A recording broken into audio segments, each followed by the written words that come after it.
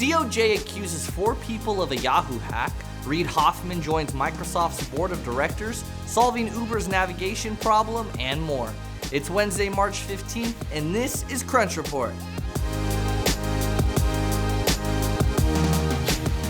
Happy Wednesday, people of the world! I know how much you love tech news, and guess what? I got some tech news for you. Let's dive into it. The U.S. Department of Justice has confirmed earlier reports and accused 2 Russian FSB officers and 2 criminal hackers of being behind the hacking of at least 500 million Yahoo accounts, saying the conspiracy to exploit illegal access and stolen data began at least as early as January 2014, with info obtained via the intrusion continuing to be utilized by the group up until December 2016. All right.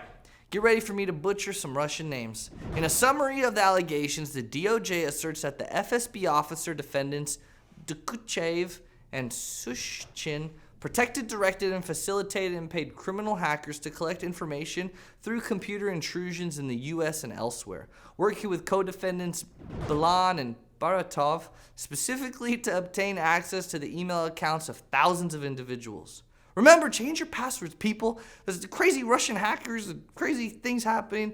Yahoo passwords, just change your password. All right, here we go. He's a founder of LinkedIn, a partner at Greylock, and now has joined the Microsoft board of directors. Who is he? If you guessed Reid Hoffman, give yourself a pat on the back and a self-fist bump. LinkedIn co-founder Reid Hoffman announced that he's joined the board of directors at Microsoft.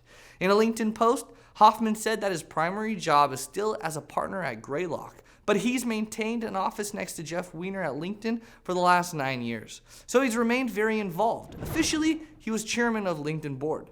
As a Microsoft board member, Hoffman said his focus will remain on LinkedIn itself, while also working to help Microsoft build more connections in Silicon Valley.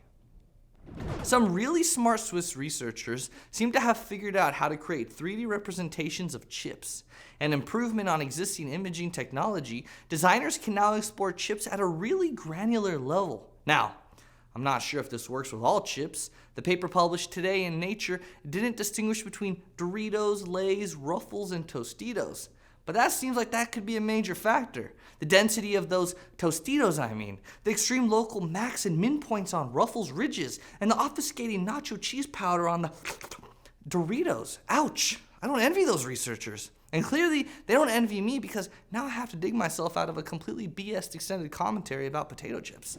Damn, well, I'd be damn swell to visualize integrated circuits and transistors on computer chips just as well, but hey, who doesn't get a bit of nacho cheese powder on their Intel Kaby Lake every now and again? Man, I need a snack.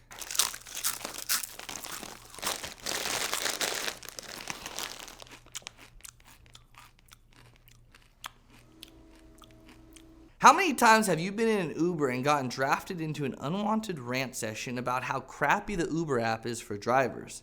Too often. Well, Uber's release today is its latest attempt to satiate its drivers with a consolidated user experience. Basically, this means no more switching between apps to get a rider from point A to point B. The custom maps experience highlights specific points on maps that are of the most interest to ride-sharing drivers. Drivers will still be able to use third-party navigation apps in the event that Uber's solution results in even more frustration, which, let's face it, is pretty much inevitable. Uber is still heavily relying on third-party APIs for data, but this release could give the company some positive attention amidst a sea of chaos. If it works, it's one way to generate some driver allegiance in a world where drivers are just as happy to drive with Lyft if they feel they can earn the money they need. That's the report for today. I'm Tito Hamzy. Crunch Report is every week at 7 p.m. Eastern, 4 p.m. Pacific on TechCrunch.com. You also find us on iTunes and on YouTube and on Alexa. We got a podcast, audio, and one that's audio only and video only. We're everywhere. All right. Catch us on there. We'll see you tomorrow.